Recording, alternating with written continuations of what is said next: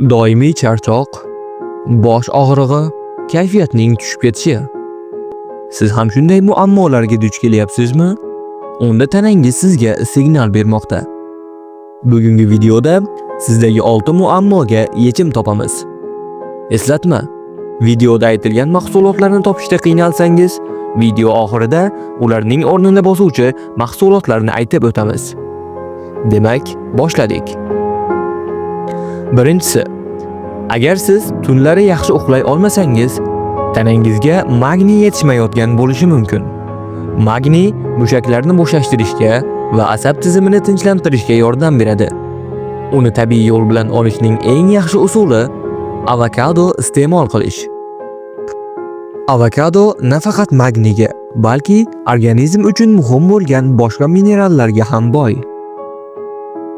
Ikkinchisi, agar sizda kam energiya bo'lsa, tanangizga temir yetishmayotganidan bo'lishi mumkin. Temir qon orqali kislorod tashish uchun javobgardir. Agar u yetishmasa, siz o'zingizni holdan toygan his qilasiz. Buning uchun biroz mayiz iste'mol qiling. Mayiz temirga boy va organizmning energiyasini oshirishga yordam beradi. Uchinchisi, agar siz o'zingizni tez-tez zaif his qilsangiz, tanangizga sink yetishmayotgan bo'lishi mumkin. Sink immunitet tizimini mustahkamlashga va umumiy energiya darajasini oshirishga yordam beradi. Yaxshi xabar shundaki, siz bu muammoni qora shokolad bilan hal qilishingiz mumkin. Ha, qora shokolad nafaqat mazali, balki foydali hamdir. To'rtinchisi, agar siz har kuni charchagan holda uyg'onsangiz, ehtimol tanangizga kaliy yetishmayapti. Kaliy yurak faoliyati va mushaklar uchun muhim rol o'ynaydi. Kaliy yetishmovchiligini to'g'rilashning eng yaxshi yo'li kokos suvi ichishdir.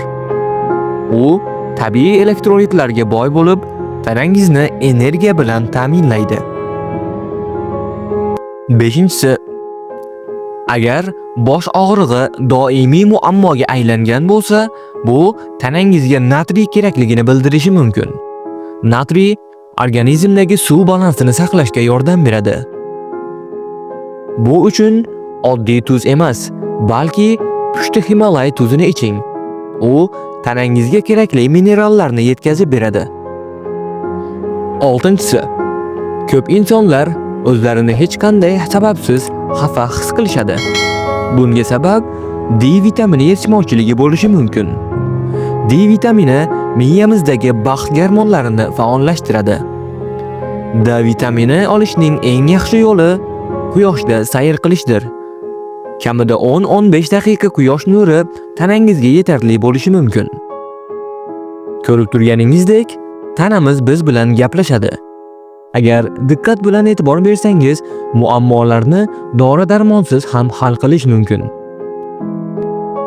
Uxlash muammosi, avokado, kam energiyami, mayiz, kayfiyat yomonmi, quyoshga sayrga chiqing.